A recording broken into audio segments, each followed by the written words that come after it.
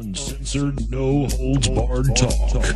24 hours a day, 7 days a week. This is Global Reality Radio Network.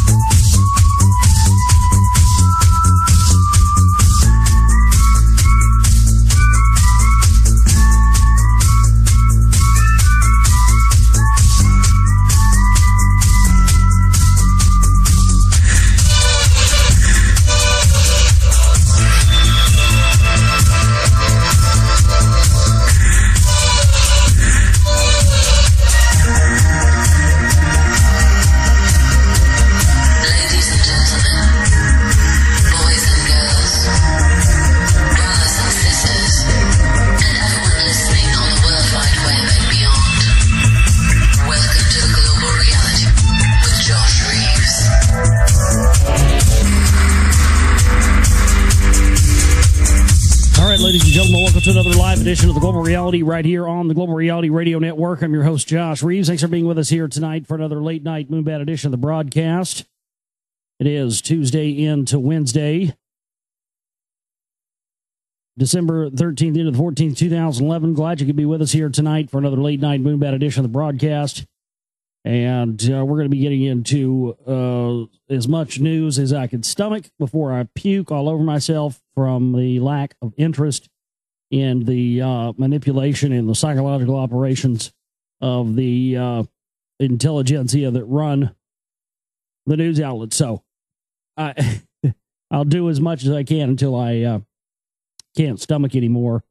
And there's a bunch here tonight, so we'll definitely get into that. Love to have emails from you during the show or anytime. globalrealityshow@gmail.com. globalrealityshow@gmail.com. If you've got emails you want to send over, you've got questions, comments, anything you want to get into the show, that is where you send it. I think I have a few emails tonight that I'll read, so we'll do that out of the gates. My website, where this broadcast originates from, is theglobalreality.com. That's www.theglobalreality.com. And there you find links to listen to the stream, which carries the live show right now. It's live. It also carries the archive shows. You can hear the repeat of this broadcast immediately following this show tonight. So if you're out there and you miss anything, or you got to go pee, or it plays, and then the archives are also there as well. And we also have all my documentary films can be found up there, from my first film in 2007, 9/11 New World Rising, to my second film, The Secret Right Volume 1, which came out in 2009, now with my third full-length film. I made a bunch of little mini-films and YouTube things, but my third full-length film, The Secret Right Volume 2, is now available for purchase. It's at the plant being manufactured right now. Should have those in sometime in the next week. And I'll be shipping those out and getting those out to you hopefully before Christmas. I'm certainly going to be taking them and shipping them out before Christmas, but I just, I can't predict how long it'll take snail mail to get it done from there, but I am going to do my damnedest to get it to you by then. So, but again, you can go there and you can get all my documentary films. You can buy individual copies there. You can watch them all for free, all my other clips as well. Up there, spread those things around. Tell other people about them. Been getting some good feedback so far from people who have watched the hour preview of the film up on YouTube, and now the additional 49 minutes we put up there. So we've got an hour and 49 minutes of the 2 hour and 48-minute full-length film, The Secret Volume 2, up on YouTube right now. And still, there's, I still see people, and these people think I haven't figured them out, and I have. The spooks and these fed bait and these PSY operators. I mean, I'm just sick of it. But I see them all around. See, Alex Jones created this psychological operation thing with, and by the way, we got a great email from somebody who's been into this stuff for a long time. who had some nice things to say about my research. I'll read that for you in a bit. But see, one thing that dawned on me in the making of this film was that when you've got all this funding coming in from various sources, and look, we barely scrape by here, much less make hundreds of thousands of dollars. Alex Jones was making $250,000 a month doing this in 2007. That's 2007 numbers. Who knows what he's making now? Probably close to $1 million a month. But the guy was for sure on the record making $250,000 a month, not a year, in the year 2007. That information came from his one of his former producers, by the way. And I mean, you just think about that. My God. But when that funding is coming from, shady sources and coming through these Adnan Khashoggi business fronts and CIA funding from black op fronts from selling, Miracle Cream products and all this stuff, Khashoggi set up that model, folks. He designed it. Him and a couple other guys who were involved with being the funders for the alleged 9/11 hijackers. It's unbelievable. But see, he's created this model where, he gets all this funding, puts all this funding into movies, and then he says, okay, well, I'll put it out for free, and if you want to buy copies, you can. And so it creates this environment where everybody who is into this kind of stuff thinks that everybody is supposed to follow that model too. And I've seen people like Chris Everard, put stuff, these, weird worm code things on his DVDs. That's a little extreme for me, but I see his point. I see where he's coming from. I mean, if you don't do stuff like that, then, you're not going to be able to continue if you're somebody who's not getting funding from, secretive right-wing groups or the John Birch Society or the Jesuit Order or the Freemasons or whoever it may be. Heritage Foundation, Fox News. I mean, he gets a paycheck for Fox News, from God's sakes. Who knows what they give him under the table?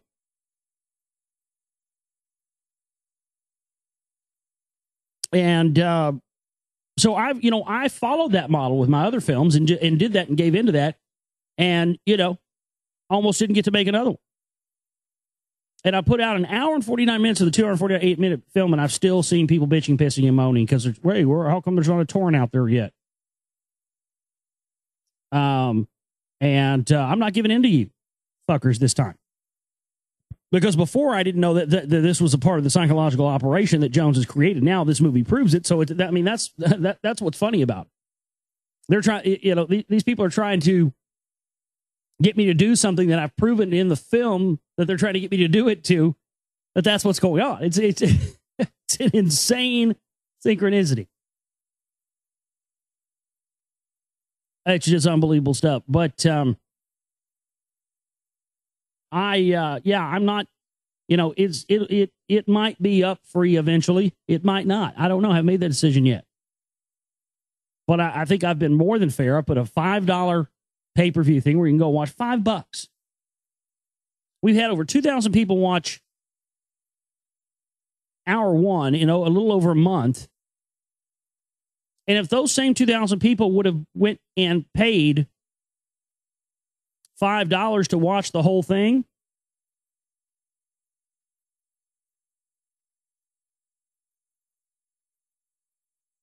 I mean, we wouldn't even have to sell DVDs or Blu-rays.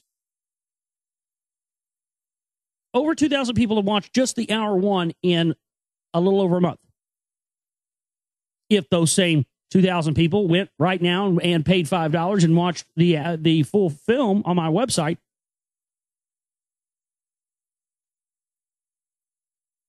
the next movie would be paid for. You understand that? We wouldn't even have to have donations or anything else.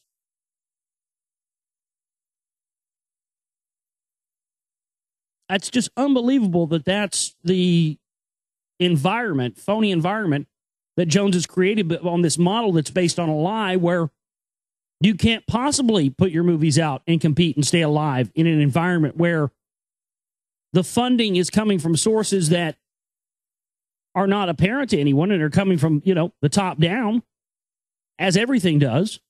And it's designed to do that so that people get involved in this and they get frustrated and quit. I can't tell you how many people that I've known and I've met as a result of doing this that have done shows for a while and quit and given up because they get into this thinking that they're going to be the next Alex Jones and they're going to be making tons of money.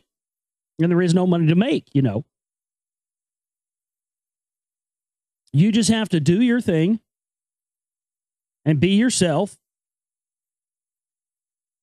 and speak out about things that people are going to be, reluctant to hear sometimes, and have the guts to step up to the plate and say things that need to be said instead of sitting in the sidelines and wanting to go along to get along and not upset the apple cart and go along with the truth movement. I mean, have there ever been any true revolutionaries that have just gone along to get along? No.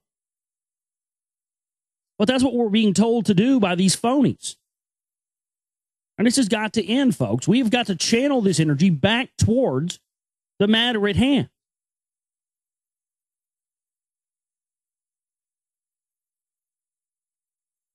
Got an email here I'd like to read for you. This is from, his name's Frobisher.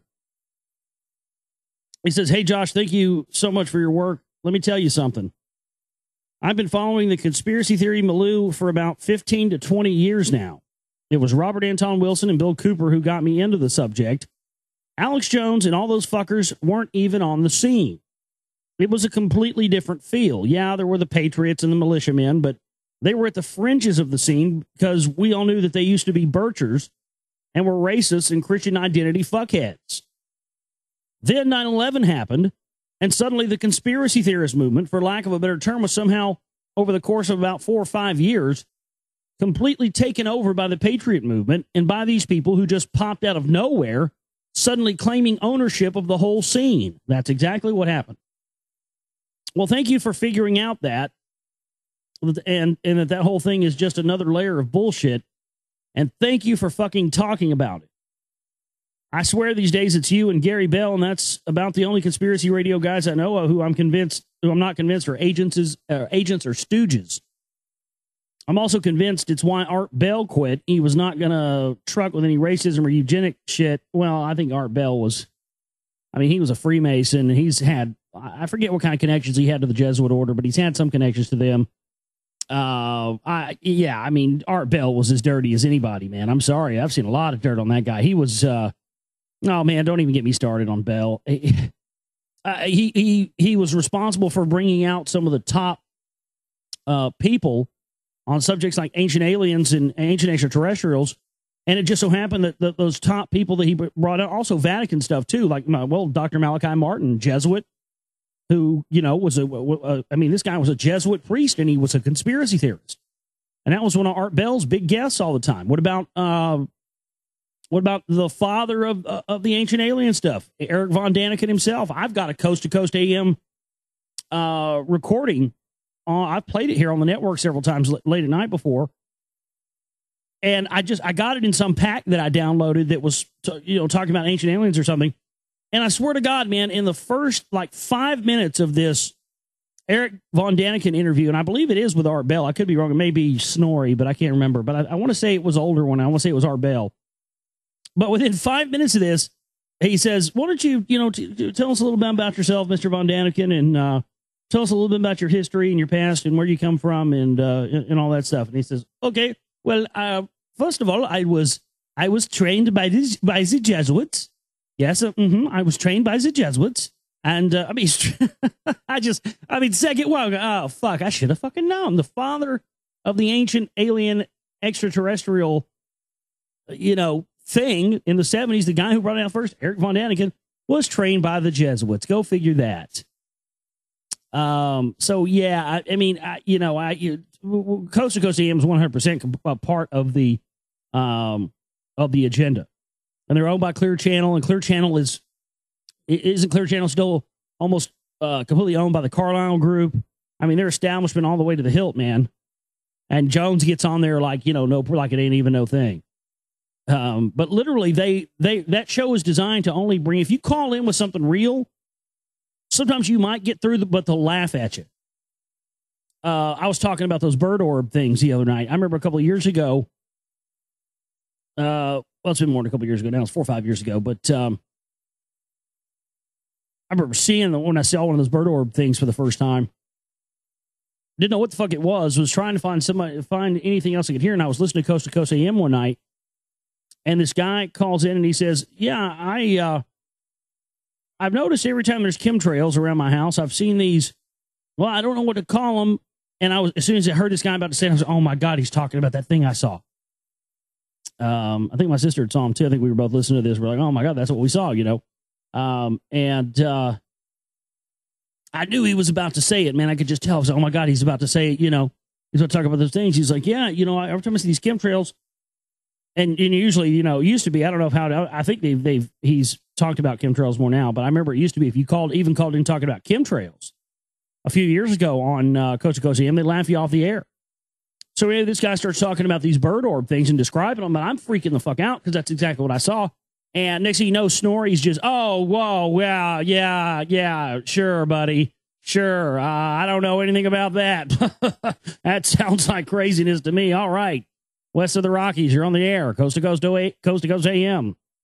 This is George Snorri. I guarantee you I'm going to put your ass to sleep. And if I don't put your ass to sleep, my new book will put your ass to sleep. My goodness. NLP all over the place. So he goes on, he says, Kate, this is long and meandering, but just know that people out there appreciate you digging deep and looking for the straight dope. Frobisher. Thank you so much, Frobisher. I appreciate that, man.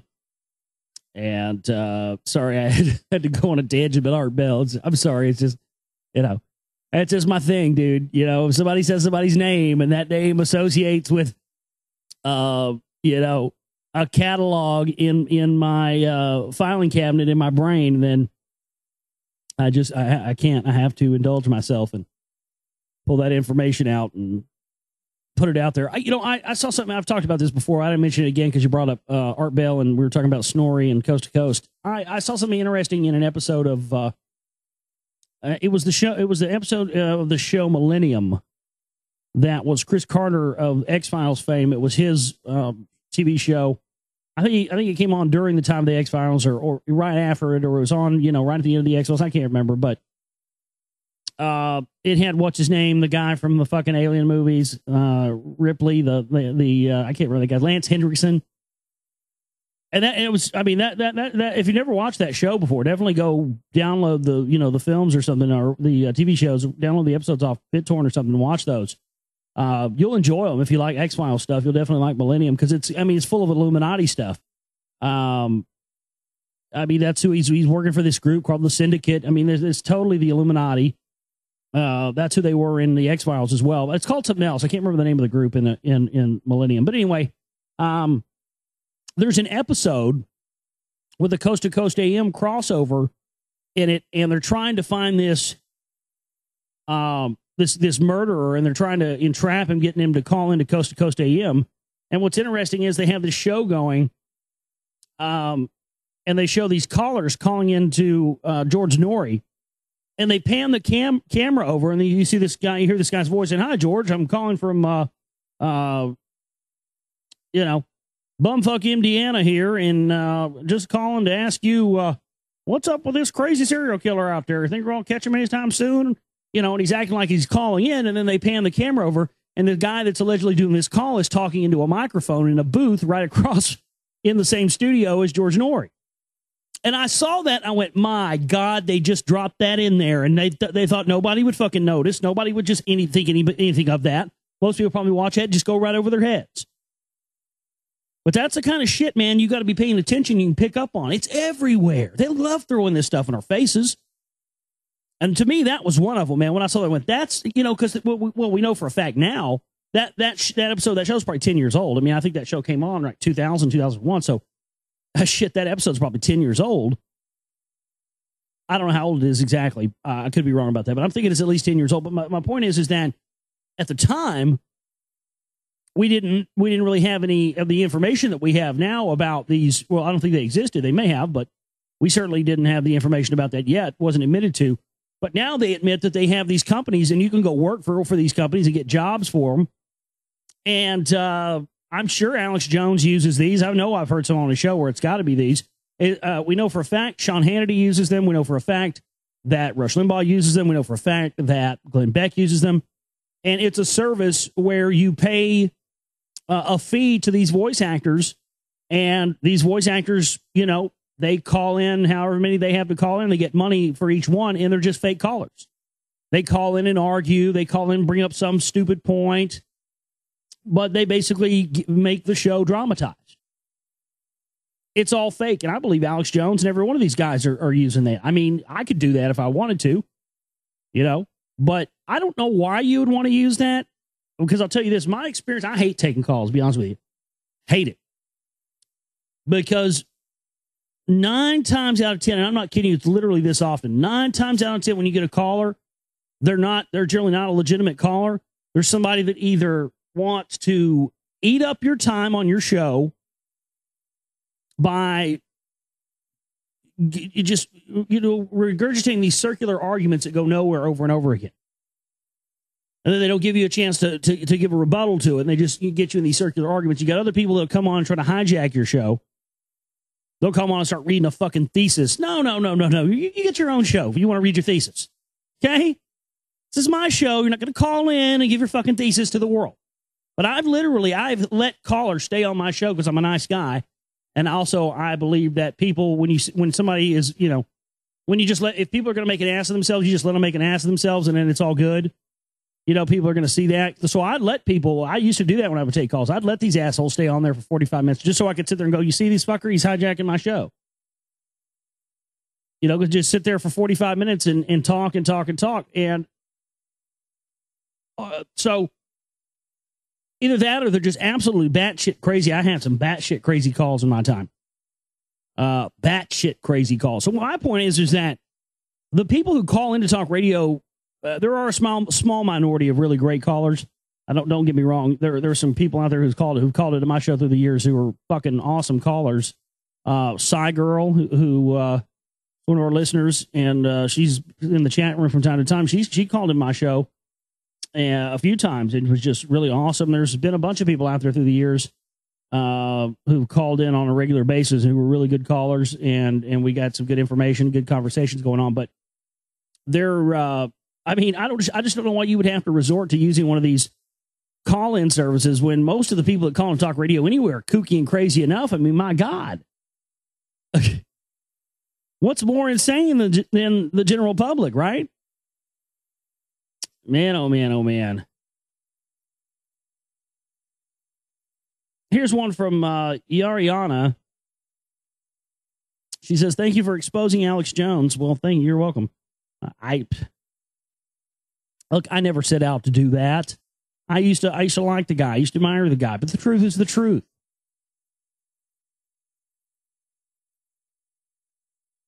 Sooner or later, you have to wonder. You have to you know, let yourself get away from the hero worship.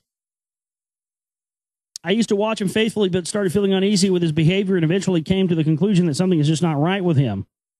I found your content a few days ago and look forward to hearing more of your insight. Thank you for what you do. Yariana. Well, thank you, Yariana. Definitely check out all my, go to YouTube and just type my name in, Josh Reeves, and go through all the different video clips and stuff there are there. Go to archive.org. Type in Josh Reeves, Global Reality. There's tons of shows. So there's 18-hour mega broadcast of The Finding of the Third Eye by Vera Stanley Alder. There's all kinds of great old classic shows up there with a lot of really good information in them that are compiled and collated and cut down, and all the commercials are taken out of them. It's really awesome stuff. One of our listeners did that a while back, and that's really rad of him to do.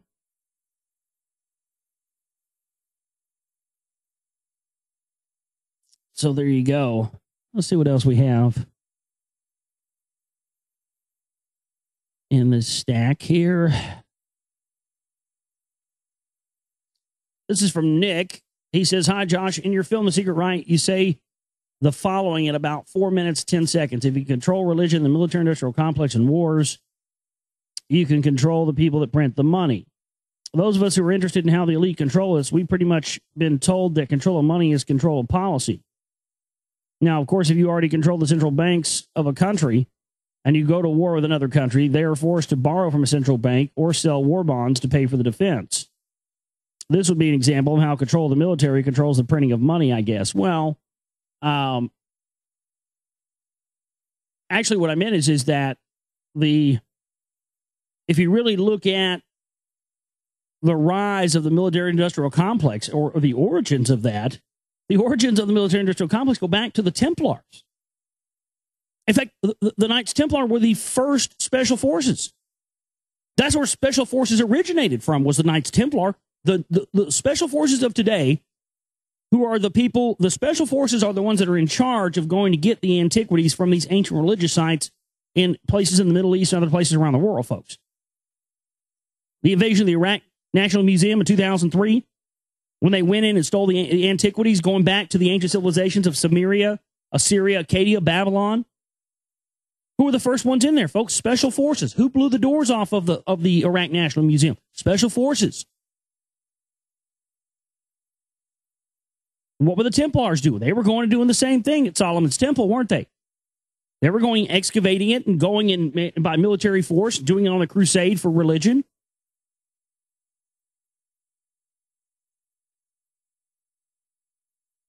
And then you had the Vatican absorbing all world religions into its power structure. It says in the Encyclopedia Judaica that the Rothschilds are the guardians of the Vatican's treasury. And when you have the Knights of Malta and the Jesuit order being the military enforcement arm of the Vatican, the Knights of Malta being the sovereign military force, their agents can operate impunity anywhere in the world, free of any laws, because of their papal decree of being a sovereign military order of Malta knight. And so, because the wars that we have seen have been an extension of this religious priest class hierarchy's power grab, an ongoing agenda to control the world in the way it sees fits, which if you go and you listen back to my reading of William Bramley's The Gods of Eden, you'll get a much clearer understanding of what I'm talking about right now. So absolutely, that's what I meant by that. If you can control religion, the military-industrial complex, and wars, you can control the people that print the money. I'm sorry I wasn't more clear about that, about what I meant there. But absolutely, that's the fact. The big banksters do the bidding of the priest class. That's a fact. And like I said, that the quote from the Encyclopedia Judaica about the Rothschilds, that says it all.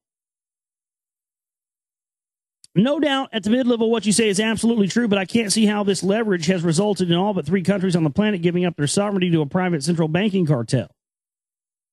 Well, that's because the big banking cartel is controlled by that priest-class power structure. That's where all the consolidation's coming from. All the one world stuff comes from these guys. My God, I've got the Black Pope himself in my new film, The Cigarette Volume 2, where they're saying he's addressing that he called during the calling of the World Ecumenical Council. We're talking about Vatican II. And Pedro Arrupe, the Black Pope at the time, calls all the top bishops from all over the world. I mean, this was a national news story all over. They stopped TV shows and regular programming to show this on regular TV at the time when it happened. And it says right there in this documentary that was produced for Georgetown University, the Jesuit U, that at this ecumenical council, Pedro Arrupe was addressing the New World Order. So make no mistake, the fact that you've been told the bankers and the Jews and all this stuff are the head tip top of the pyramid, that's a red herring. That's a lie. They are the mid-level management you're talking about. I'm sorry you haven't seen that yet, but do some research and you'll find out it's true, my friend. Just as a side note, I've been an Alex Jones listener. Well, that says it all. Looks like we can close the books on that one, Bob. No, I'm really just joking with you. Don't take me seriously. For a couple of years, but realized a while back that he was control cover for the elite. I've been looking for the real truth without all the bullshit radio entertainment and fear crap that they peddle. Came across you a few days ago, and I listened to a couple of radio shows, and I got to say, you're a breath of fresh air. Thank you, Nick. P.S. What's your take on Well Aware 1? Have you covered this in your previous radio broadcasts? Well, thank you, Nick. I appreciate that, and I'm glad you just came across the show recently. I hope you keep listening. I was just messing with you about that. I like to fuck with people. I don't really know what Well Aware. What is Well Aware? I'm not aware of that. Well Aware 1. I saw somebody post this. Yeah, okay. I've somebody posted this in my chat room recently. I don't know anything about it. I don't know. It just looks like, it's somebody's website, right? It just looks like some group. I don't know anything about it, man. I really don't. I can't comment on a website I don't know anything about. So.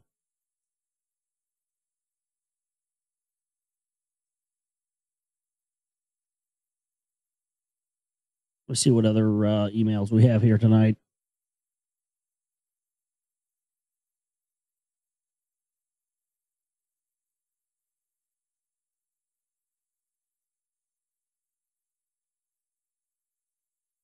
I had an email I wanted to read, and I can't find it.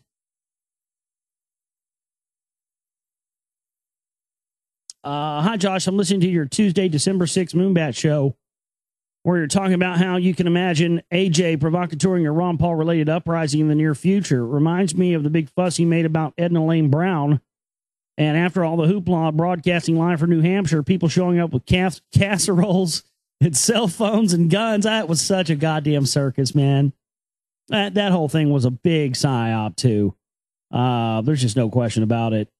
After it was all over and they were in prison, he never had a word to say about them again. Either the guy's a two-faced rat or the whole darn thing was a psyop. I'm going to have to go for both on that one. I wouldn't let him persuade me to scratch my own itchy. Choose your own anatomical reference. Thank you, Maria. That's a nice email there. Let me see.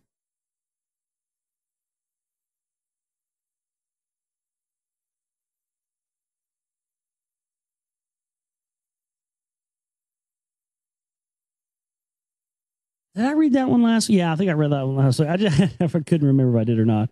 The one about the lady that wanted to break her Harry Connick Jr. Christmas CDs and throw them in the fire. That was too funny.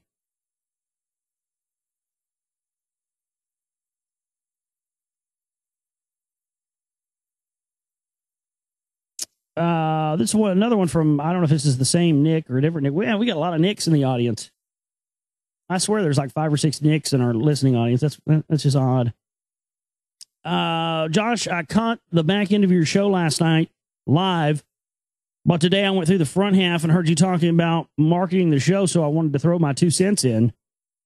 You said you'd be hacking your eyes out with an ice pick if you had to run those GCN-style commercials on your show, and I tend to agree. I'll be bleeding right beside you. So instead of subjecting your hardcore, loyal audience to commercials, you subject your prospects to it.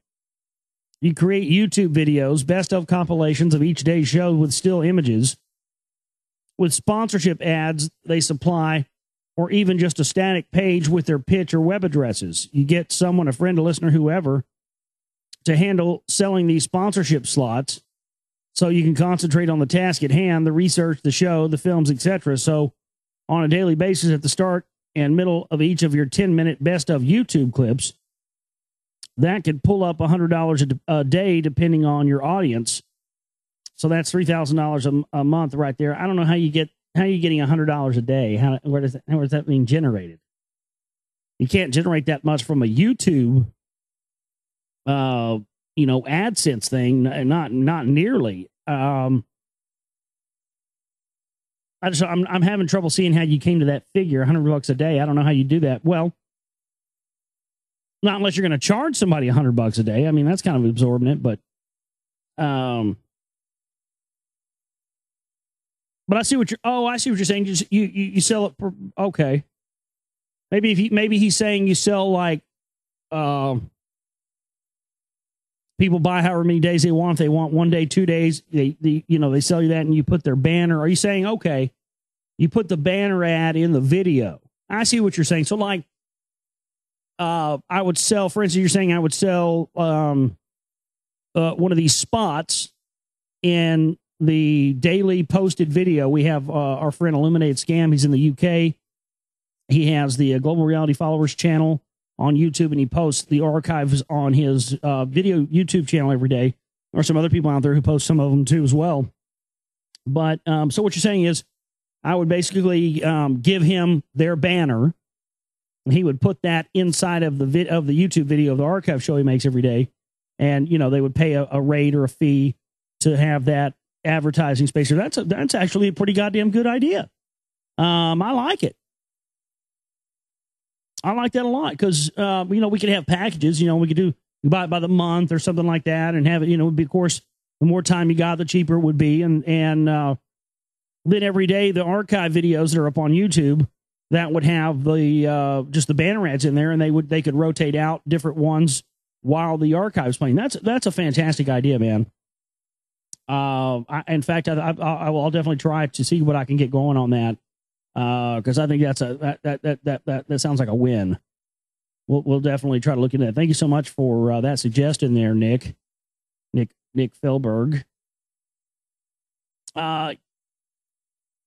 You don't need to plug anything or do any extra work to get the business in. The way to grow the show's audience is through one-to-one contact, word of mouth. You need truthers who are waking up to the bullshit of Alex Jones and the rest to bring their networks to you. Let's face it, people are going to go where the noise is coming from. They're going to find Alex first. He's a loudmouth who's all over the media, so that's the first port of call for the uninitiated. Then once they are there, they're getting a basic grounding and establishing their own networks of fellow truthers. That's how they find you. Same principle, infiltration. The pissed off and disillusioned ex-Jones fans who find your show are your sales agents, and believe me, they will come to your aid. I also support the whole T-shirt web store thing. It might seem like useless crap to you and a distraction maybe, but it will bring in good profit. No, you're 100% right, Nick. And those are things that I have wanted to do for a long time, but, just like everything else, it just requires an initial investment up front, kind of like the DVDs and the Blu-rays did. But you're right. If I had, if I had some money to be able to do that with, $1,000 or $2,000, however much, just an amount of money to buy. The more you buy, the cheaper they get. But yeah, T-shirts and merchandise and stuff like that, global reality stuff, like T-shirts with the logo that's on the top of the website on it, on black T-shirt, that'd be killer. Just little things like that could help out and just generate revenue every month. Those are all good ideas, and that's the kind of things that I've been racking my brain to think of, and really couldn't, figure out exactly, because I know Scott, who's one of our listeners and supporters, has been sending these emails the past couple of nights. This is why he sent Nick sent this one, but no, that definitely is, like I said, just requires an initial investment, which I just hadn't had because everything's been going to the films. I would also put your versions of info bombs, which are short video messages like Jones does out of studio, sometimes in his car or whatever. You could do it any old how. That'll expose the bullshit in bite-sized shareable videos. People love to share videos on Facebook. You make a couple of really controversial videos, and it will spread fast. Anyway, so nothing here that reinvents the wheel, but that's what I do. Hope some of that helps. Thanks, Nick. Yeah, well, thank you, Nick. I appreciate that. No, great ideas, man. Great ideas, and I appreciate you sharing those with me. I'll definitely try to do my best to start trying to implement some of those. Absolutely. Here's one from Sarah. Sarah's an awesome person. She sends me lots of emails. She says, I just found out that I'm pH negative blood type and what that entails. Although lots of what I see on the internet about it is hype and ignorance festival, the underlying revelation appears to be clearly that a minority percentage carry DNA that is compatible with a majority percentage. When a negative mother carries a positive baby, her body actually rejects it as an alien invader. If the baby's blood mixed with the mother's, say during birth, it could potentially kill her as well, as I understand. Now, that does not make sense from an evolutional or traditional creationist standpoint, does it? No, it's freaking weird. Don't get me wrong, I don't think negs or positives are more special than each other. It makes sense that we could all probably be the same, basically. Sorry about that. I had to mute my mic for a second. Basically, just that some retain the marker from the past, while others have lost it or whatever. But the existence of that marker seems a very important clue to the nature of human origins, perhaps. I was curious as to your opinion if you find the subject intriguing. And she says, I think I did read somewhere a comment that such a mutation could be genetically purposeful, say in that it promotes diversity that we can tap into a benefit at later stages of the technological development, like, for instance, clues to disease cures. Not sure if that holds water. Well, no, I think you're onto something there. I think that's definitely because if you remember when we were reading the Lost Book of Enki, it specifically talked about in there when they were creating the first humans that was a problem. They couldn't get them to mate properly. And I think that yeah, I think you're right. I think pH negative blood in some way goes back to that. It's rare, but it's still there. But it hasn't been enough time hasn't gone by to where it's been completely bred out of the DNA chain yet. So again, that's a real question, you know. No, I think it's absolute proof that there's definitely the different blood types you see. It's definitely I mean, it really, when you look at it, that's the proof that there was genetic tinkering going on by somebody. It absolutely is, because they had to mix all these different things together to get it to work because for some reason, you know, they couldn't get the humans to mate, or they couldn't get them to do what they wanted them to do, and they just had a lot of problems. So that's yeah, that's very interesting, Sarah. Thanks for that email.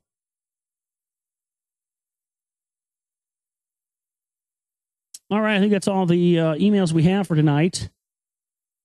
GlobalRealityShow@gmail.com. That's GlobalRealityShow@gmail.com. Be sure and send over your emails there anytime.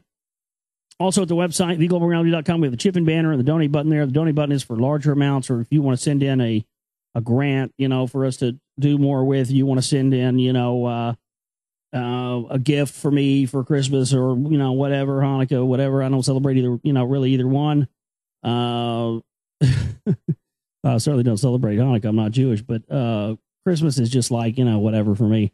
I like to spend time with my family. I like exchanging gifts with my family, but other than that, I could give a fuck all about Christmas. But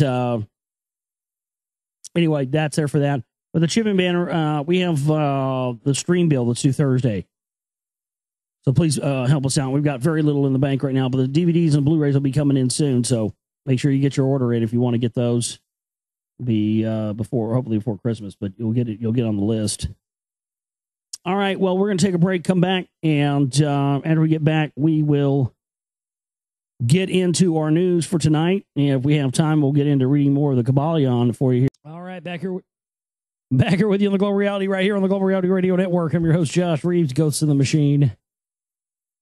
Thanks so much for being with us here tonight for another late night Moonbat edition of the broadcast. We're going to get into news in this segment of the broadcast for you tonight, so thanks for being here with us. TheGlobalReality.com is my website. That's www.theglobalreality.com. That is my website. You can go there and find everything, the links to the streams, to the archives, audio clips. You can find my videos up there.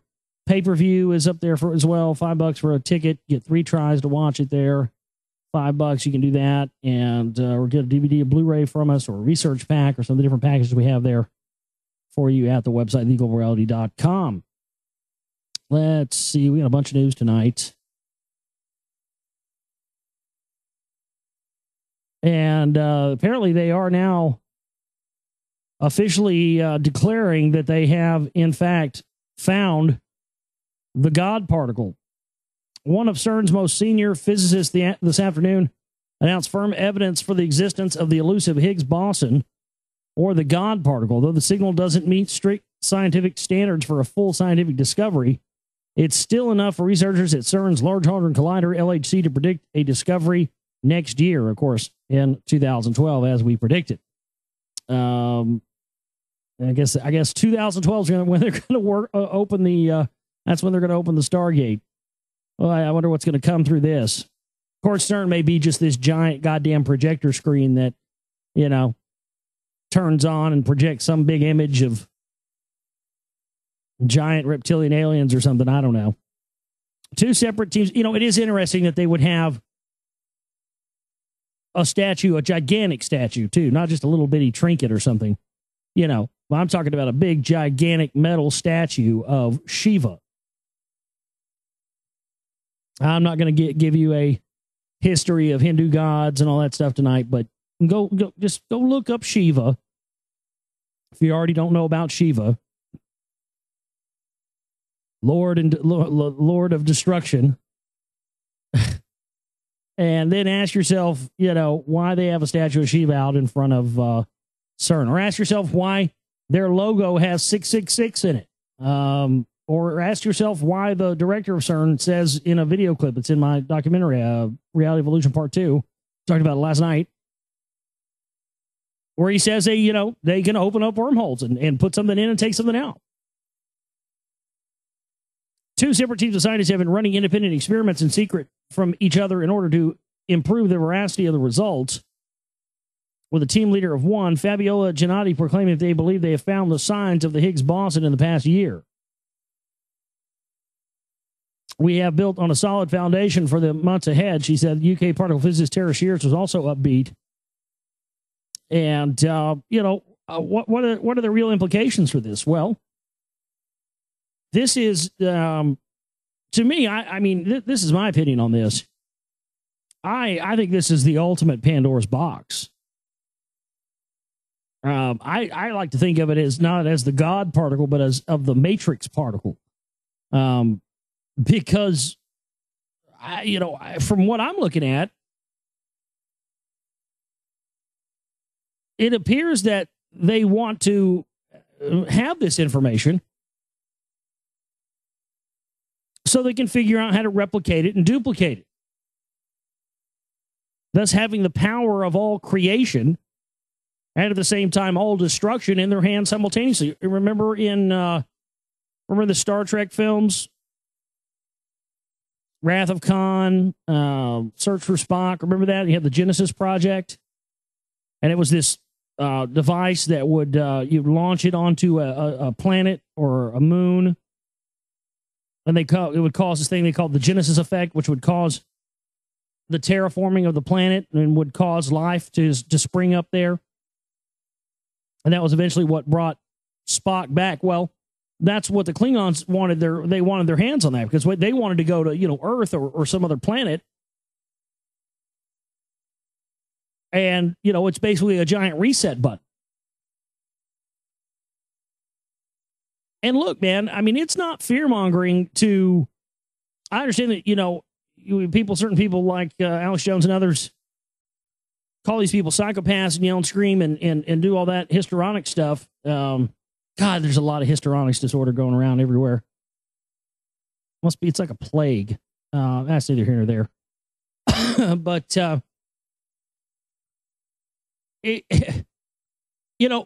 they multiple times. I mean, they thought, when they were building a nuclear bomb, they tested that it might, ignite the atmosphere. They don't care. They did it anyway. They've got Ebola and all. They've got all these. That story I read a couple of weeks ago. We create some. We've got plagues and all kinds of viruses in our weapons labs all over the United States, folks, that they say can wipe out the entire human race in a day.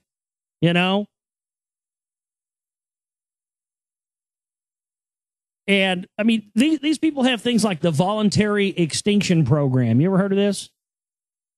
Yeah, the Voluntary Extinction Program. Voluntarily kill yourself to save Mother Earth from the evil fungus and virus that's killing it called humans. And I'm like, well, if this was going on, we wouldn't even be reading this fucking website. Because if these fuckers cared so much about the planet, they would have already offed themselves. They wouldn't have fucking made a website and tried to get you and I to do it. That's coming from the top down. My point is I mean, I would not put it past these people, folks, that the reason that they want to find this God particle is because they want to start moving beyond the restrictions of 3 dimensions and a 3-dimensional environment. And they want to move beyond I mean, dude, that's the giant reset button. These fuckers are crazy. If they had the power to reset the whole universe, their fuckers would probably do it. That's how stupid they are. You would kill all them. Oh, whatever. It's for it's for Jobulon, for the Great Master, or whoever. It's for Lucifer. Reset the whole fucking universe. They would do it.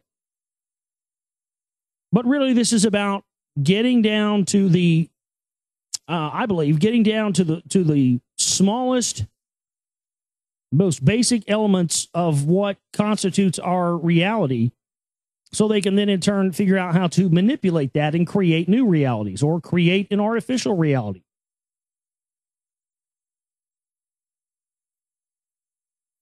So definitely know that whatever this discovery ends up entailing, it's not going to be for the benefit of humanity. It's going to be for the benefit of whatever they decide they want to use it for to fulfill their Grand Master plan. That's it.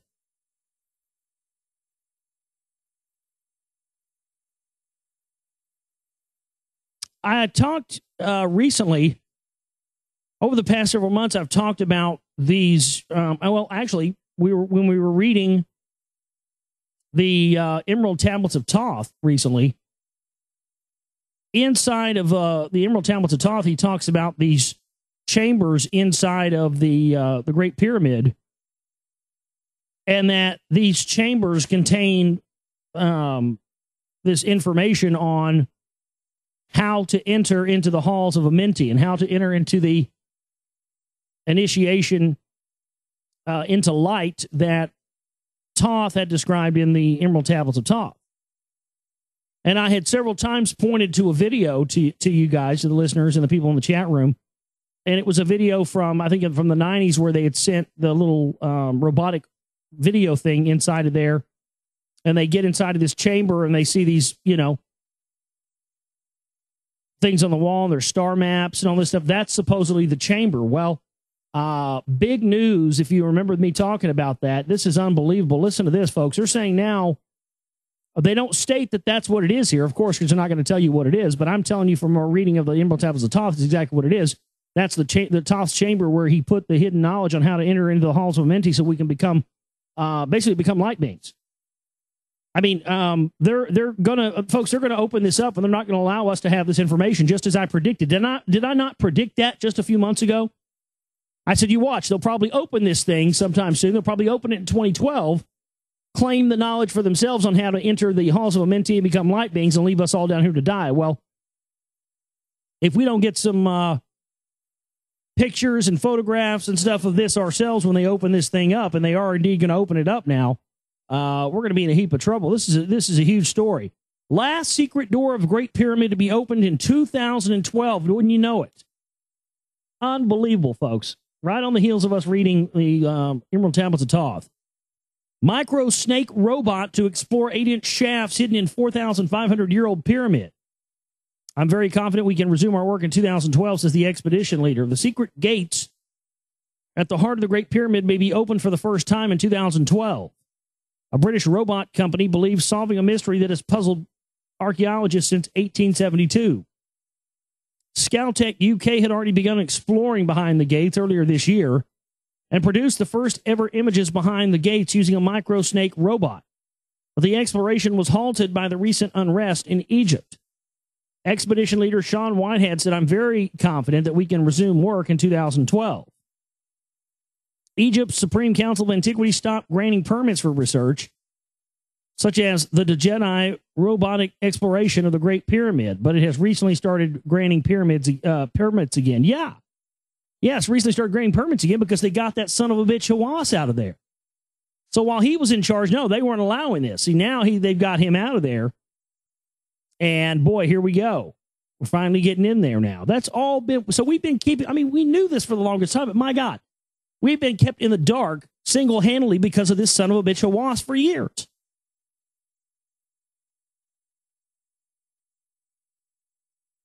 The main plan is to carefully survey and document the shafts to gather as much information as possible to allow archaeologists to determine their purpose. We also still plan to look beyond the blocking stones at the ends of the shafts if it's safe and practical to do so. And I've got to see if I can find this picture real quick, because it looked so similar. Give me just a minute here. Bear with me.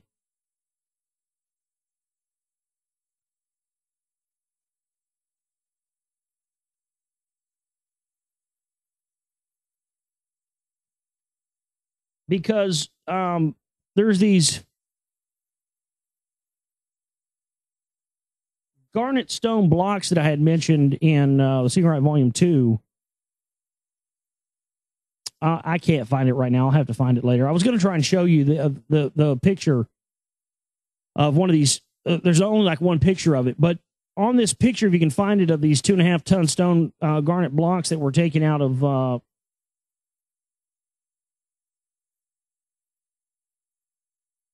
through right there near Rockwall, Texas. They look very similar to that stone right there.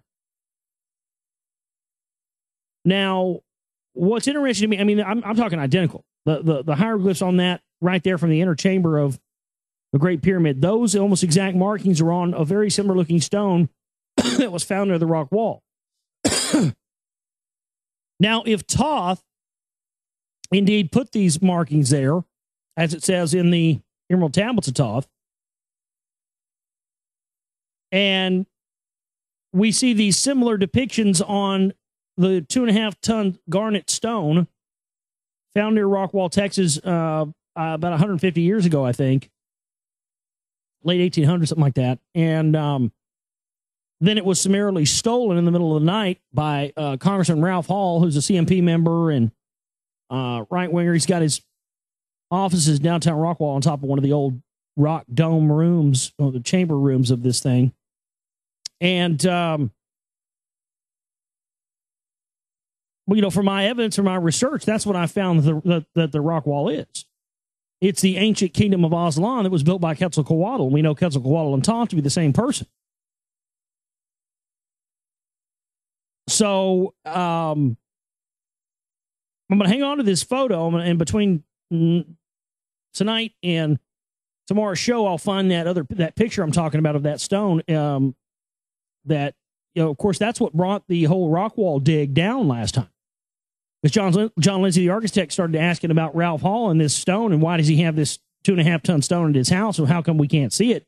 And that's when they shut him down. But folks, if I can show a connection between that stone and this stone here, and the fact that we already have evidence to support the idea of the rock wall being constructed by Quetzalcoatl. Quetzalcoatl was said to be a master of two things: metallurgy and crystal working. Well, that's two of the biggest pieces of evidence for the whole rock wall thing itself to begin with. The stones, the individual stones of that wall, you can see we have footage from the original dig, folks. Very rare footage. That came from John Lindsay himself. We have footage in the Secret Right Volume 2 at the very end of the actual rock wall in Rockwall, Texas, from the original dig that they did in 1999. And each one of those stones is comprised of geopolymer crystals. They took 3 different crystal sources that are not indigenous to North Texas, in this area where I live, in the area where the rock wall is, and they were blended together to make a geopolymer, and then stones were formed out of those to make the wall. And yet the scientific community tries to say this is a natural formation, while at the same time they've never found another natural formation like it on the face of the planet. So how do you figure that? It's not a natural formation. They had a top geologists come out from either Texas A&M University or University of Texas. I can't remember which one it was. And this guy, when he did a paleomagnetic survey on the rock wall, and he was so freaked out by what he found, he would not speak a word of it, and he will not allow his findings to be published until after he is dead. They found a artifact that John Lindsay went to the Mayans and had them recreate for him that they told him was Quetzalcoatl, and they had prophesied that he was coming. And so Quetzalcoatl, being the master of both crystal working and metallurgy, they found embedded into the wall a round metal wheel, a disc. It was about, I don't know, I'd say about 4 or 5 inches in diameter, 6 inches in diameter. I held it in my hand.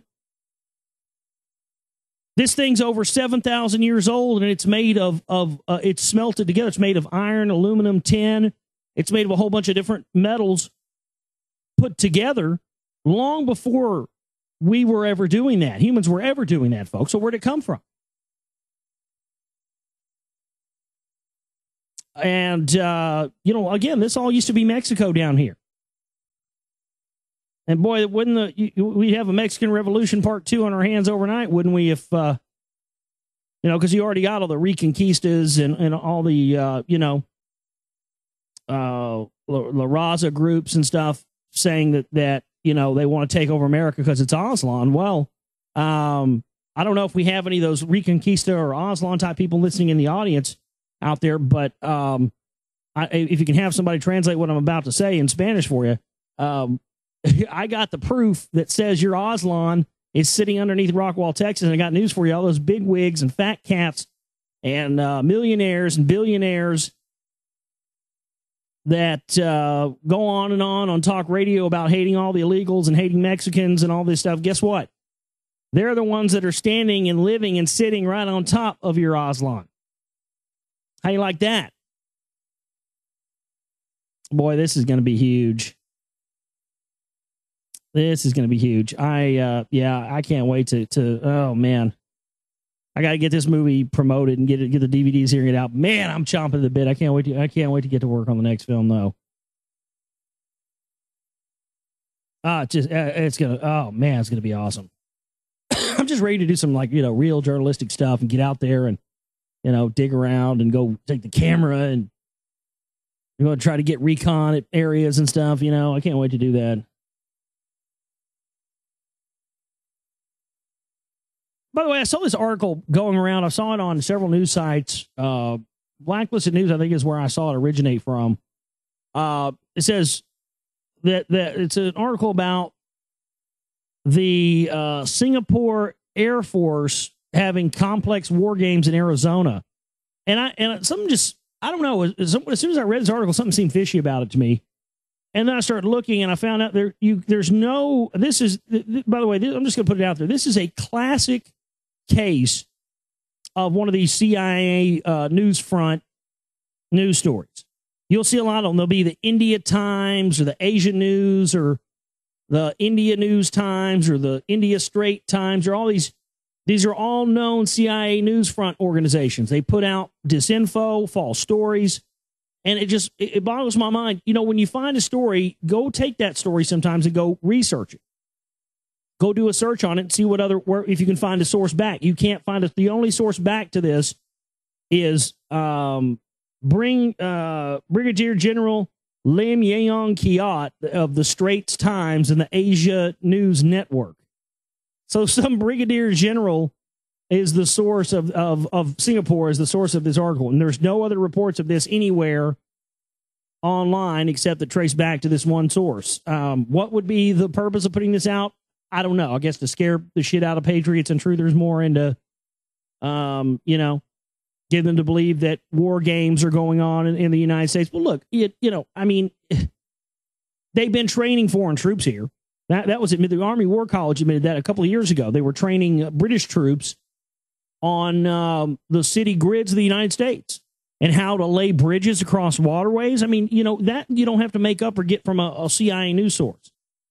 But I got to say, man, some of the scruples of some of these alternative news sites and radio show stuff have just gone down the tubes, man. I mean, that's when I was on Oracle. I always felt like I was kind of like the filter over there. You know, if I heard somebody talking about some disinfo, or I saw somebody putting up disinfo articles, I'd go tell them. And it seems that since I've been gone from that network, I mean, it's just the disinfo stories and radio shows and all this stuff. It's just, I mean, it's gone on fucking hyperdrive over there, man. And you know, a lot of good people, a lot of good hosts are going to go down the tubes with that, I think, because they didn't, you know, I don't know. It's just, I'm just saddened. I'm glad I got out of that situation when I did, because I'm saddened by what that network has become. Oh my God. I mean, it's just become another one of the, you know, that's all they ever wanted, though. I never wanted that. I wanted to do something bigger and better than that. I wanted to do something that was different and outside of and that's where the problems came. Because I thought that they wanted that too, but then when it came down to it, I realized, oh, wait a minute. They don't want what I want. They don't want to do something different outside of the box or you know, talking about alternative stuff. They just want to be another GCN. They just want to be another RBN. They want to fit in with the mold and the crowd. And once I realized that, I was like, oh, okay. That's what's going on. I didn't think that was what was going on, but it most certainly is.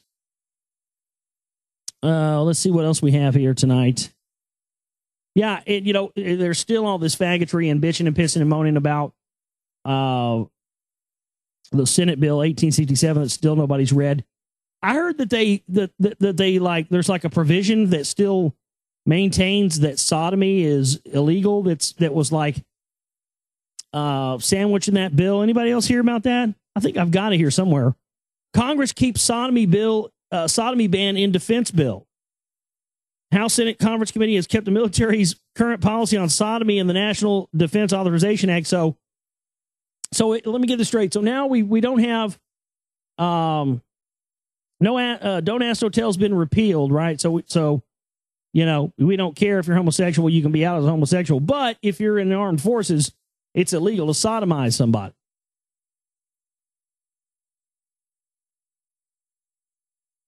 That's a little fucked up.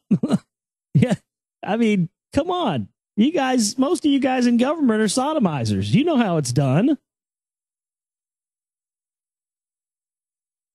Well, it's just great. Anyway, I don't know. I just thought that was funny that was sandwiched in there. But anyway, the real point of that bill and of that legislation is to crack down on illegal aliens and have a wide open definition for what illegal means. And they're making that broader and broader, you know. Pretty soon it'll be anybody that doesn't agree with Barack Obama or, you know, the government itself is an illegal alien. You know, you forfeit your United States citizenship when you criticize the government, you know, something like that. I mean, it wouldn't surprise me, but specifically what this is, it's designed, and so we're supposed to all think that it's designed for us and for regular Americans, so that we all freak out about that, and that becomes what everybody's talking about, so that we aren't all talking about the fact that this is Barack Obama bringing this in. I mean, this is supposed to be Mr. Pro illegal immigration, right? You would expect this from a Republican. You wouldn't expect this from a quote unquote Democrat, right? Well, of course, we know it's all two sides of the same coin, but Alex Jones and all these patriotards don't even know that they're playing a hand in Barack Obama's disinfo campaign. They're helping Barack Obama. They're helping him by creating this phony paranoia and this false environment of fear around a bill that specifically is going after illegal immigration. Let me show you some examples here. Hear me out. Listen to this. Let me find these stories.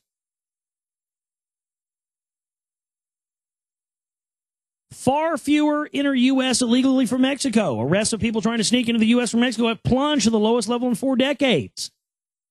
The latest sign that legal immigration is on the retreat, even as legislatures, Congress, and presidential candidates hotly debate the issue. But this is how they're going to set up the camps and all the rest of this stuff that they'll later put dissidents in. They're going to get us acclimated to it first. And I guarantee you they're going to get up there and sell us on the fact that, hey, you know, we're in this problem with the jobs because Americans' number one issue right now is jobs. That's all they want to fucking hear about from presidential candidates. Presidential candidates can get up there and talk about everything under the sun, but if you look at the polls and you talk to Americans, what everybody wants to know is jobs. And if any of these clowns get up there and don't tell Americans real hard facts about how they're going to create jobs, then the Americans are not going to listen to them. And that's where everybody's at right now. So their big play, whoever's going to get in and take the next term, is going to have to be somebody who's going to be cracking down on illegal immigration so that we can put good, decent, hardworking American citizens back in the positions of slaves and low-wage earners. Because, here in the home of the free and land of the brave, a good, hardworking American deserves to be a wage slave and be one of these, not one of these dirty Mexicans, right? I mean, that's basically what they're saying, because that's what they want to do. They want to kick all the immigrants back so they can because that's what because people bitch and piss and moan, and Americans didn't want to do. They didn't want to work at McDonald's. They didn't want to pick vegetables and do all the jobs that Mexicans and Hispanics and immigrants are willing to do. But now that shit's got so bad, there are 5 billion motherfuckers out there that want those jobs now that aren't Mexicans, that are all races and colors and creeds, and people that have fucking college degrees want to dig ditches now. Literally. So that's how they're establishing this control system, and that's how they're establishing this idea of militarization and all that stuff on the streets. I'm not saying that what is in that bill shouldn't be taken seriously. What I'm saying is what people's definition of what that bill entails has not been correct if you actually take the time to read it.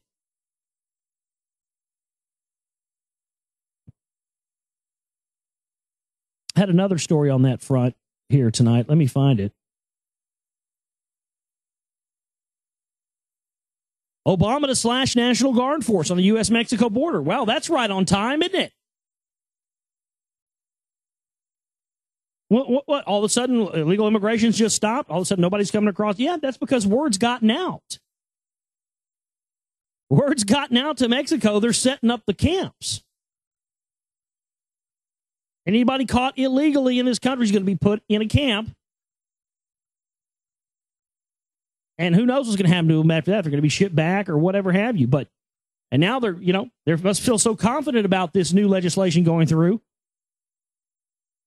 that they're going to start cutting National Guard troops at the border. Right. You don't need National Guard troops in there. Why not? Let them fuck them. Let them come through. I saw another story that I'm not even covering tonight that said that they were also going to start the first unprotected border crossing with the United States and Mexico. We won't have any troops or anything on it. People just be able to come through it wide open, whatever they want to do. Why would they be simultaneously allowing that right now? Because, see, all the conservatives will be, Obama's cutting the National Guard force at the border. He's having a wide open bridge they can just cross through, unprotected. Oh my God, he's just letting them come in floods. Yeah, but why do you think they're doing that, dumb shit?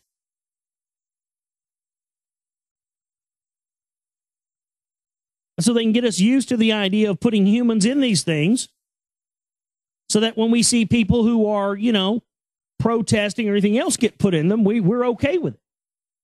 When we start seeing regular Americans be put in this stuff for whatever reason, well, they put Mexicans in those and, it wasn't too bad. They made it out or whatever. So, yeah, hey, it's okay. No, it's not okay.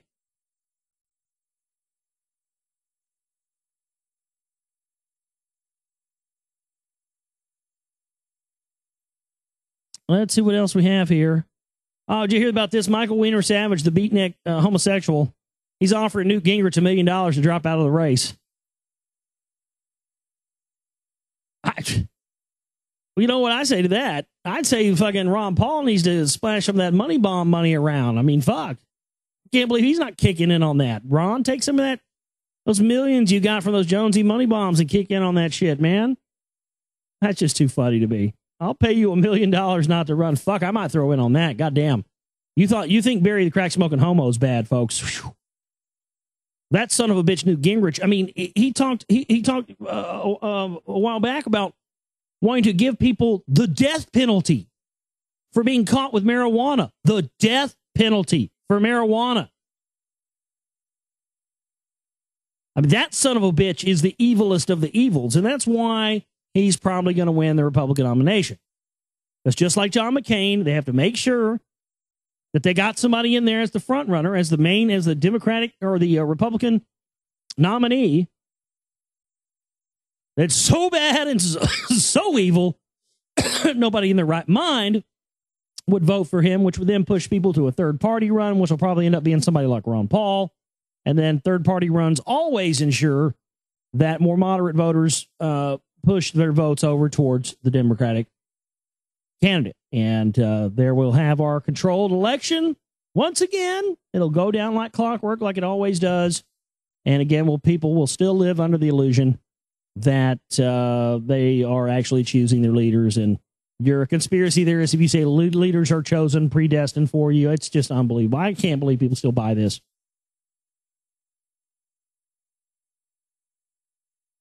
Bunch of fucking children. That's what they've turned us into. Hey, Glenn Beck even says, I'd consider Ron Paul as a third party over Newt Gingrich. Yeah, I bet you would, cocksucker. You run in the same Heritage Foundation circles as he does, as Ron Paul does. Give me a break. John Birch Society as well. Beck's got John Birch Society people on his show all the time. And, I've got that clip in the Cigarette Volume 2 of Jonesy saying, folks, I'm producing like 40% of Glenn Beck's show right now. Inadvertently. They take all my stuff from my show, folks, and put in Glenn Beck's show. He's even wearing the same shirts I wear, folks. Then he has on the same guest as me. Yeah, I mean, come on. That's such horse shit, Jones. You really think somebody's buying that? You guys work for the same people. That's why you have the same clothes and the same commercials and the same Jew gold dealers and have the same guests, and you both have on John Birch Society people. I mean, come on, people. Jones, this might have worked for you back in the 90s. This might have worked for you back in the heart of the 9/11 heyday, but we are in a new century now, motherfucker, and I'm here to tell you it's almost 2012, and the reign of Alex Jones is over. I'm going to do my goddamnedest to take my work and this message and what I'm doing here to the highest possible level I can in 2012, and I hope you'll join me, and I hope you'll help me out in that quest.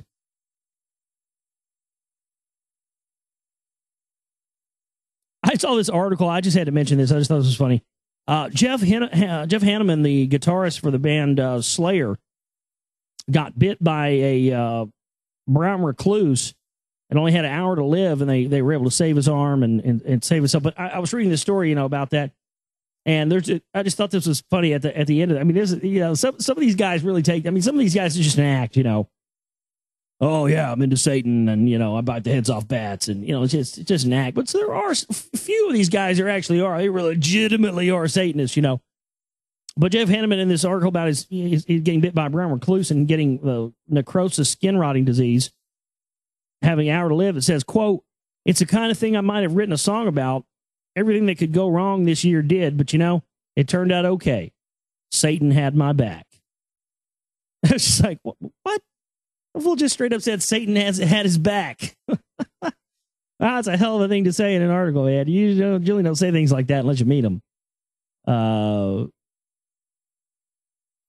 there's talk about funny. And we were talking about Ron Paul a minute ago. This is just too funny here. You got to see this article. St. Paul, I can't believe this article. It's called St. Paul. Inside Ron Paul's effort to convince Christian conservatives that he's their man. And I don't know why that's such a hard sell. I mean, look at his issues. I mean, if you really wanted to be a part of the brainwashed Christian conservative right wing, if you really want to be a part of that, there would be no better candidate than Ron Paul.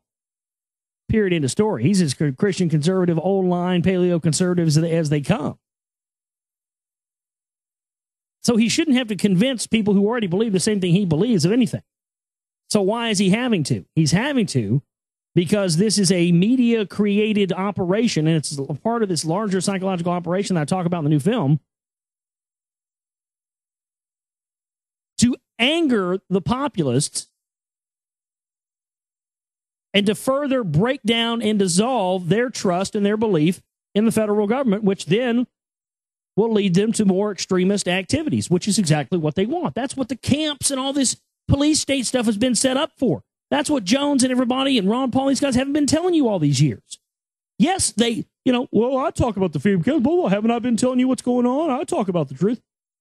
You're part of it, but you haven't been telling people that the very things that you're trying to steer up, this civil war and this racial stuff, that's exactly what they're trying to do to get the ability to put us in these camps.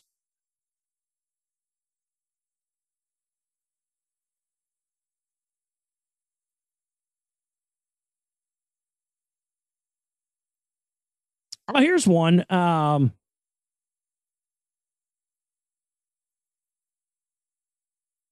read this. Listener sent me this. It's pretty good.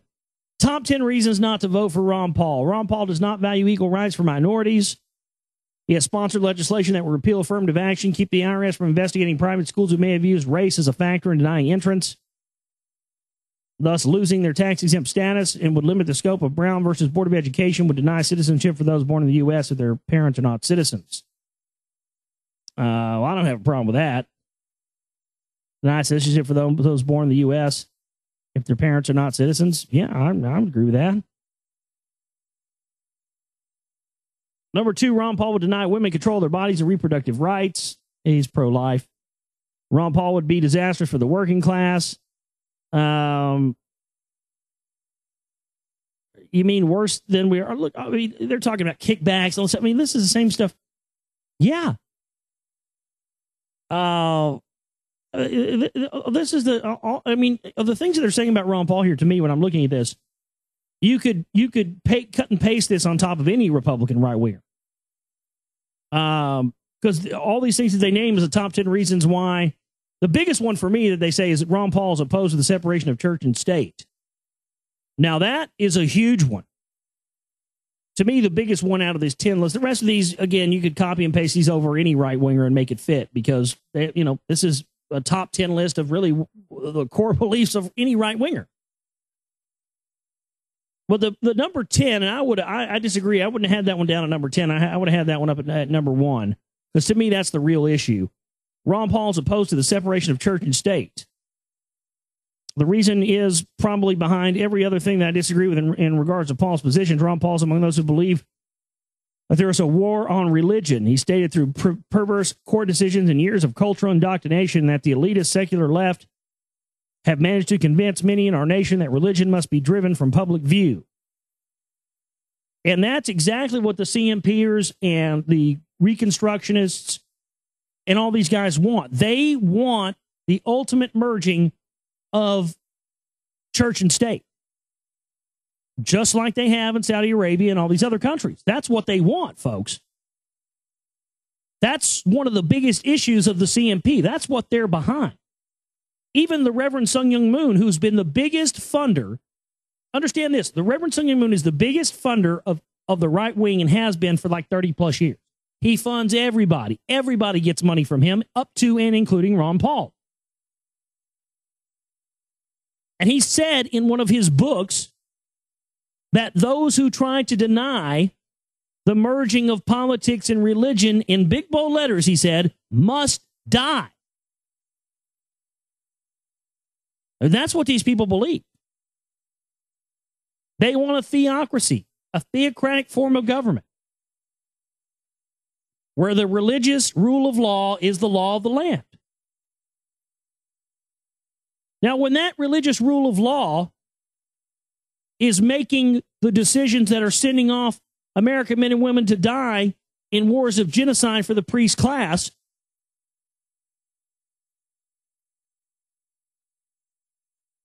And when that religious hierarchy wants the destruction of all people that don't obey it, is in fact the very evil it claims to be against.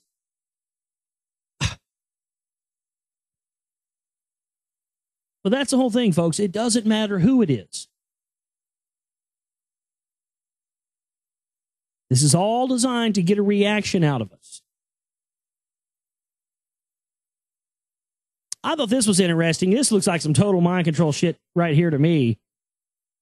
Light fantastic how Coldplay could make a fortune from radio control flashing wristbands on the X Factor final. So they've got these wristbands that they gave everybody at this Coldplay concert, and they're RFID, and they have LED lights in them, and they have a signal that is connected, I guess, to the mixing board where the music signal is coming through, and it sends a radio broadcast signal out that has information encoded in it that makes these lights on these wristbands turn a different color. Now, I don't know about you, but that just sounds like some total mind control stuff. How do we know when you go to this concert and you put on this wristband, how do you know what signal is being beamed into that thing and what effect it's having? This thing may make you go cut your testicles off when you go home or something, you know? Cut your ovaries out. How do you know? I'm just saying, man, I mean, you know, it's a fact that mind control stuff is embedded in all sorts of popular music all over the place. It has been for years. But again, get people used to wearing those RFID bracelets and get people used to having, you know, oh, it has a chip in it. And, oh, it's great. See, you sell it to them on something fun first, you know, like a Coldplay concert. And, you know, let's go rock out with our RFID thing. See, that's how they sell you on it. I mean, it's just, you know, it's just right here now. It's just right there, right in front of us. They're not even pulling punches anymore. It's just right back up in our face. Well, I told you I was going to go on with his news tonight. Oh, I got to cover this one. Meet the North Dakota family of anti-government separatists busted by cops using a Predator drone. They're now using Predator drones on families for stealing cows. Yeah, and I overreacted when I told you that they're using drones on American citizens and not just using these fuckers on, you know, in Iraq and all this stuff now. Yeah, come on. Cow stealing, they're breaking out the fucking drones. Oh, hey, John, if you're in the chat room tonight, my friend John Doe, what page did we leave off at last time? Where are we at? You reminded me last night, but we didn't read it for the Kabbalion. There was like page 19 or something like that. Page 19. All right. Let me find that real quick.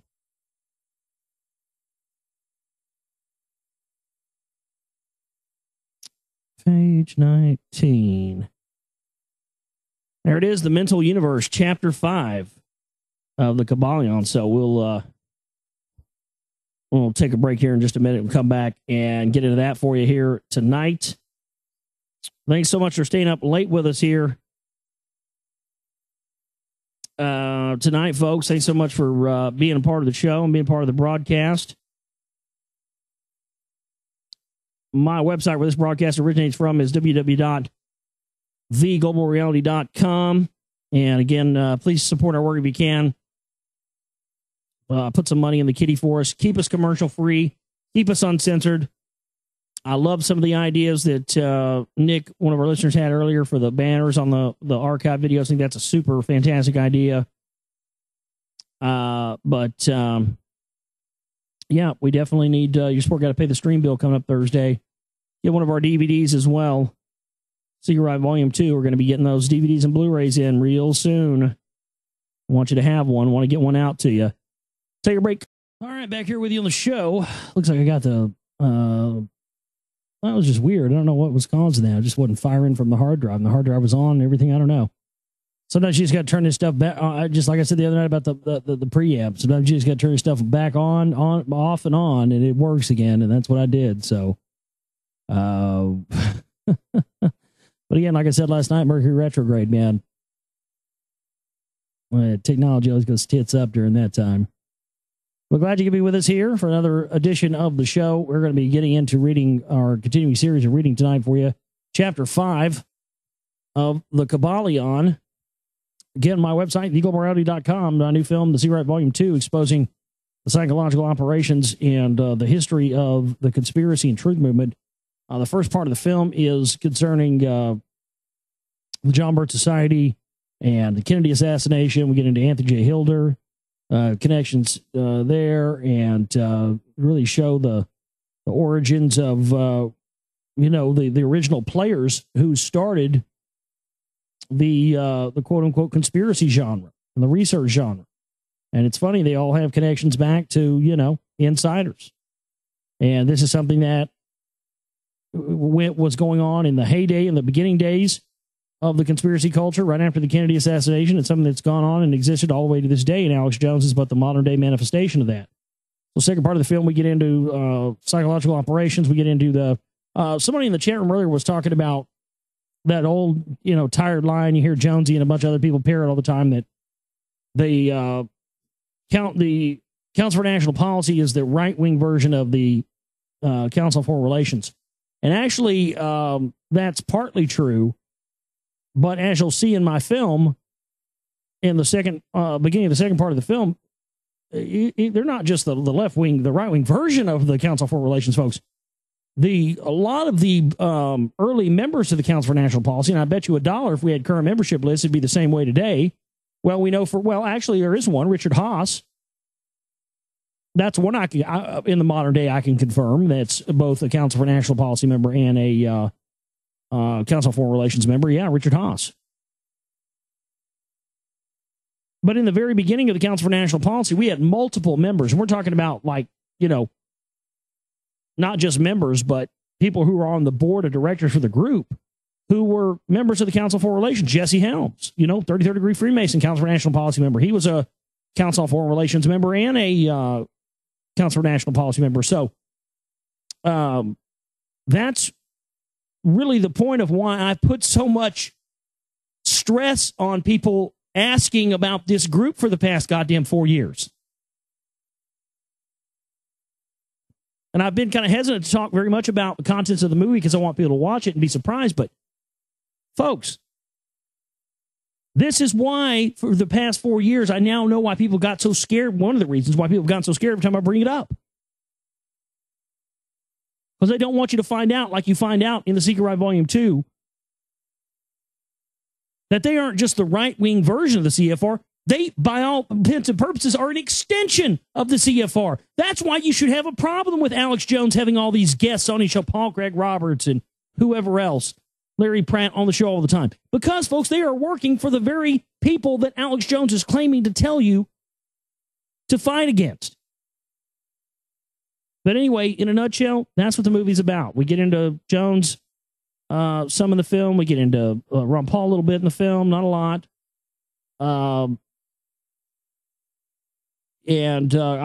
whole last hour of the film is pretty much about those two. You can go find all that stuff on those guys yourself. I didn't put everything in there is to know about those guys. I just, hit the highlights. And hitting the highlights took up an hour of film time. I mean, my God. Anyway, theglobalreality.com. We had somebody in the chat room earlier who couldn't find how to buy the film. And I think that confusion might be coming from the fact that Manhydra's kind of split the Secret Volume 2 into 3 different links. And by the way, anybody notice, is the right side of my website getting cut off for anybody else? It looks cut off on my side. I don't know if Manhydra, if you can see that, buddy, but it looks kind of cut off. Like Chip and Banner side looks cut off, and just, I don't know, the website just kind of looks, it wasn't like that before. It just kind of looks kind of cut off on that side. I don't really like that. So we can get that fixed. But go into the documentaries tab, click where it says Secret Right, the PayPal version.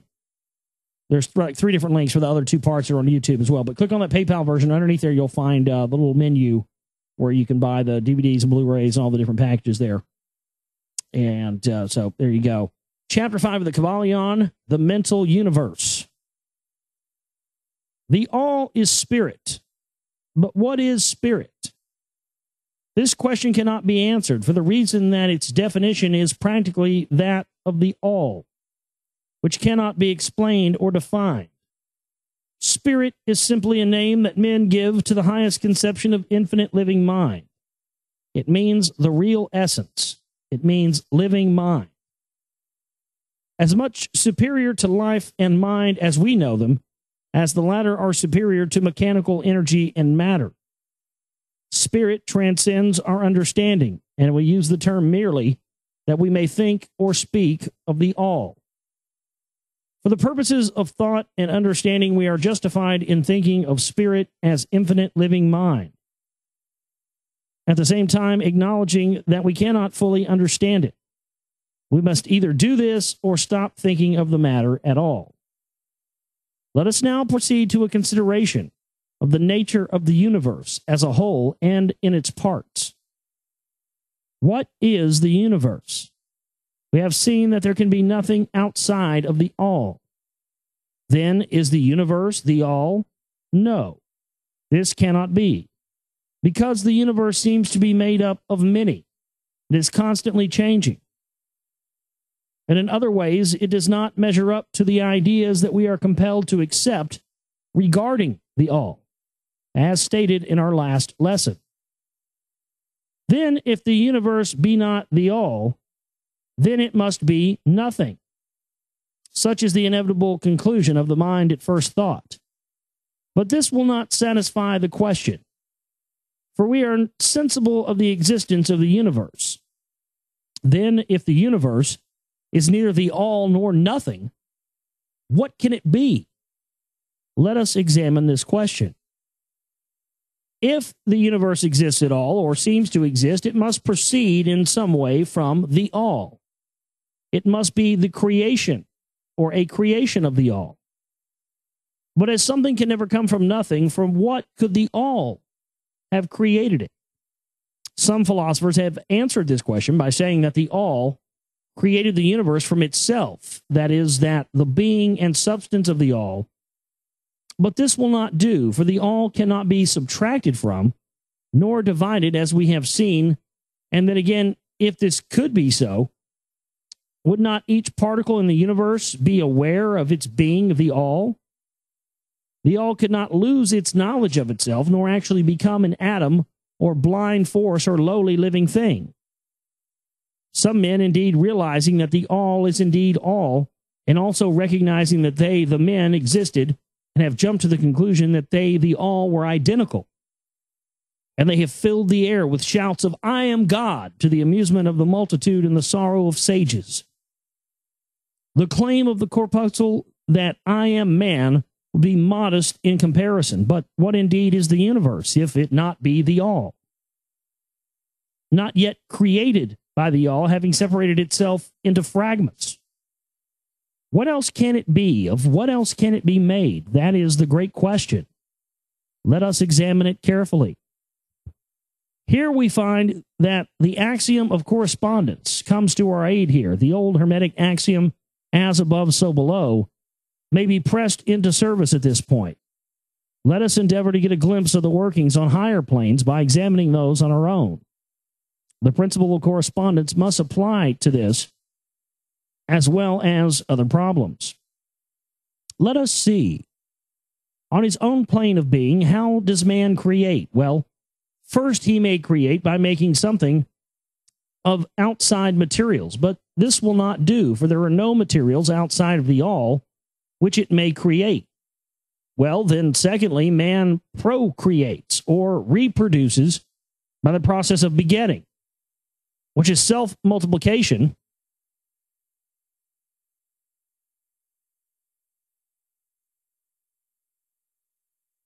Self-multiplication accomplished by transferring a portion of his substance to his offspring. But this will not do, because the all cannot transfer or subtract a portion of itself, nor can it reproduce or multiply itself in the first place. there would be a taking away. And in the second case, a multiplication or addition to the all, both thoughts being an absurdity. Is there no third way in which man creates? Yes, there is. He creates mentally. And in so doing so, he uses no outside materials. Nor does he reproduce himself, and yet his spirit pervades the mental creation. Following the principle of correspondence, we are justified in considering that the all creates the universe mentally in a manner akin to the process whereby man creates mental images. And here is where the report of reason tallies precisely with the report of the illumined. As shown by their teachings and writings, such are the teachings of the wise men. Such was the teaching of Hermes. The all can create in no other way except mentally, without either using material, and there is none to use, or else reproducing itself, which is also impossible. So it has to basically take what's there. There is no escape from this conclusion of the reason, which, as we have said, agrees with the highest teachings of the illumined. Just as you, student, may create a universe of your own in your mentality, so does the all create universes in its own mentality. But your universe is the mental creation of a finite mind, whereas that of the all is the creation of an infinite. The two are similar in kind, but in infinitely different in degree. We shall examine more closely into the processes of creation and manifestation as we proceed, but this is the point to fix in your minds at this stage. The universe and all it contains is a mental creation of the all. Verily, indeed, all is mind. The all creates in its infinite mind countless universes which exist for eons of time. And yet to the all, the creation, development, decline, and death of a million universes is as the time of a twinkling eye. The infinite mind of the all is the womb of universes. The principle of gender is manifested on all planes of life, material, mental, and spiritual. But as we have said before, gender does not mean sex. Sex is merely a material manifestation of gender. Gender means relating to generation or creation. And whenever anything is generated or created on any plane, the principle of gender must be manifested. And this is true even in the creation of universes. Now, do not jump to the conclusion that we are teaching that there is a male and a female God or creator. That idea is merely a distortion of the ancient teachings on the subject. The true teaching is that the all in itself is above gender, and it is above every other law, including those of time and space. It is the law from which the laws proceed, and it is not subject to them. But when the all manifests on the plane of generation or creation, then it acts according to law and principle, for it is moving on a lower plane of being. And consequently, it manifests the principle of gender and its masculine and feminine aspects on the mental plane, of course. This idea may seem startling to some of you who hear it for the first time, but you have all really passively accepted it in your everyday conceptions. You speak of the fatherhood of God and the motherhood of nature of God, the divine father, and the nature, the universal mother, and thus have instinctively acknowledged the principle of gender in the universe. Is this not so? But the Hermetic teaching does not imply a real duality. The all is one. The two aspects are merely aspects of manifestation. The teaching is that the masculine principle manifested by the all stands in a way apart from the actual mental creation of the universe. It projects its will toward the feminine principle, which may be called nature, whereupon the latter begins the actual work of the evolution of the universe from simple centers of activity on to man and then on to still higher, all according to well-established and firmly enforced laws of nature. If you prefer the old figures of thought, you may think of the masculine principle as God, the Father, and of the feminine principle as nature, the universal mother, from whose womb all things have been born. This is more than a mere poetic figure of speech.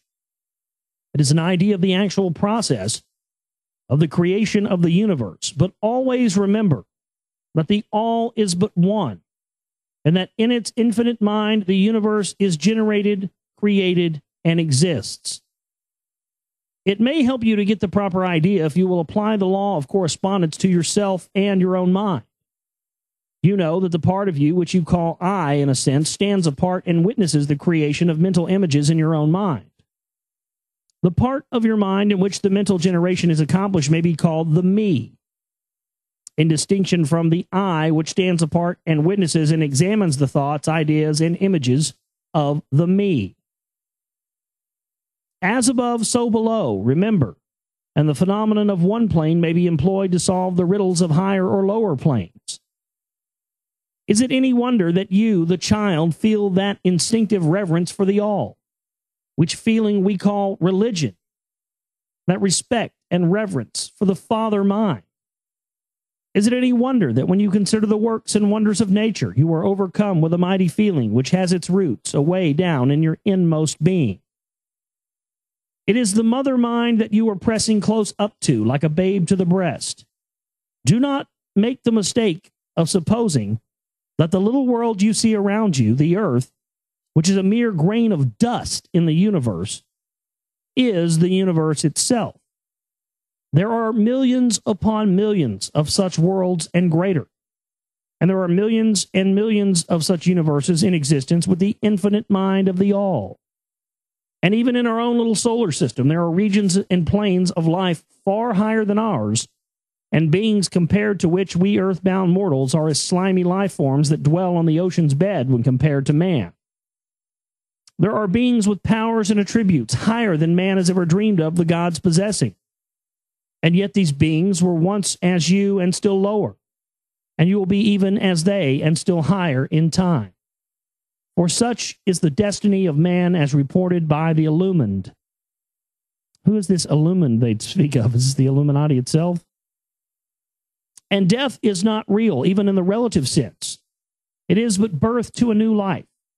And you shall go on and on and on to higher and still higher planes of life. For eons upon eons of time, the universe is your home, and you shall explore its farthest recesses before the end of time. You are dwelling in the infinite mind of the all, and your possibilities and opportunities are infinite, both in time and space. And at the end of the grand cycle of eons, when the all shall draw back into itself all of its creations, you will go gladly. For you will then be able to know the whole truth of being, at one with the all.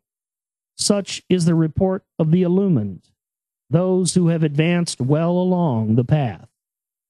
And in the meantime, rest calm and serene. You are safe and protected by the infinite power of the Father, Mother, Mind. So there you go. That's the end of chapter 5. Good stuff there. Chapter 6, the divine paradox. Yeah. That's what we'll pick up next time on the show. Chapter 6, the divine paradox. That's good stuff, man. Again, always like suggestions for reading stuff on air, and I'm glad to have those. So thanks to all the people that suggested I read this. And I had a listener ask me if I was going to be on Red Ice Radio again, and it was on there back in July, and that's totally up to Red Ice Radio, and you. I mean, I don't really know if I can just ring them up and say I want to be on the show again. I mean, maybe I can because I've been on there before. I don't know how that works, but I would just suggest that if you guys want to see me on Red Ice Radio again, to send emails over there. I think Lana is the person that books, is her name, that books for Henry Palmgren over there. So I would just send emails over to Red Ice Radio and say, hey, Josh Reeves has Secret Volume 2 coming out. You guys should get him to send you a copy of the film so you can have him on and whatnot. So yeah, I would say they said that's what worked before. My listeners had been sending emails over there for a couple of years. Well, I'm sorry, they didn't say that's not what they said. They were before. What was funny about it is I said, "Oh, did you guys have me on because you got all these emails?" And they said, "Well, Henrik liked my work and he checked it out and all this other stuff." And I don't know if they got the emails or not, but hey, I would say it worked. So definitely try to do that if you want to see me over there again. Anyway, theglobalreality.com is our website. Stream bills due on Thursday. Please make a donation if you can. Help us out. Help us push forward. Help us go into 2012 strong and proud. And order your DVDs of The Secret Volume 2 today if you can do so. I love each and every one of you folks. I really do. I want to thank everybody out there for continuing to be a part of what I'm doing here. And I sure am glad to stand against these fuckers with you. My name's Josh Reeves. I love each and every one of you. You guys have a great night. Take care.